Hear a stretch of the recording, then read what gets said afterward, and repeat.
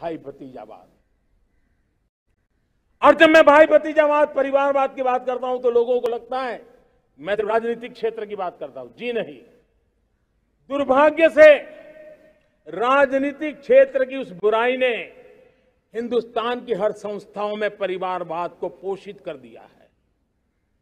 परिवारवाद हमारी अनेक संस्थाओं को अपने में लपेटे हुए है और उसके कारण मेरे देश की टैलेंट को नुकसान होता है, मेरे देश के सामर्थ्य को नुकसान होता है। जिनके पास अवसर की संभावनाएं हैं वो परिवारवाद, भाई भतीजे के बाद बाहर रह जाता है। भ्रष्टाचार का भी कारण ये भी एक बन जाता है ताकि उसका कोई भाई भतीजे के कार्य आसरा नहीं है तो लगता है चलो भाई कहीं से खरीद करके के जगह बना लूं। इस परिवारवाद से, भाई भतीजावाद से हमें हर संस्थाओं में एक नफरत पैदा करनी पड़ी होगी, जागरूकता पैदा करनी होगी, तब हम हमारी संस्थाओं को बचा पाएंगे। संस्थाओं के उज्जवल भविष्य के लिए बहुत आवश्यक है। उसी प्रकार से राजनीति में भी परिवारवाद ने देश के सामर्थ्य को सबसे सारा अन्याय किया है। परिवारवादी राजनीति परिवार की भलाई के लिए होती है, उसको देश की भलाई से कोई लेना देना नहीं होता है।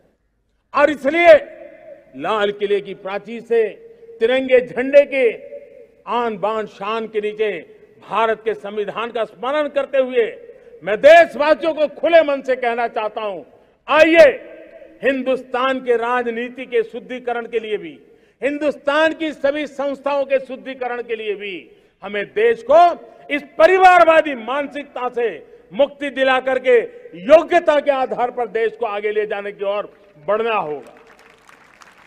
यह अनिवार्यता है,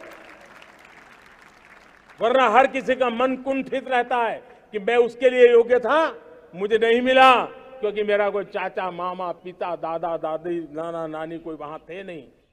ये मनस्थिति किसी भी देश के लिए अच्छी नहीं।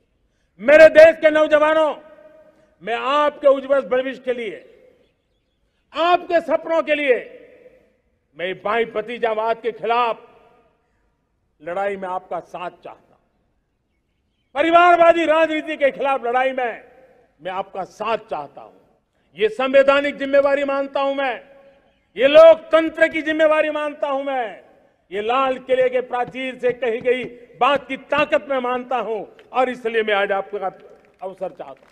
हमने देखा पिछले दिनों खेलों में, ऐसा तो नहीं है कि देश के पास पहले प्रतिभाएं नहीं रही होंगी, ऐसा तो नहीं है कि खेलकूद की दुनिया में हिंदुस्तान के नौजवान, हमारे बेटे बेटियां कुछ कर नहीं सकते, लेकिन सिलेक्शन भाई भतीजेवाद की चैनल से गुजरते थे और उसके कारण वो खेल के मैदान तक, उस देश तक तो पहुंच जाते थे।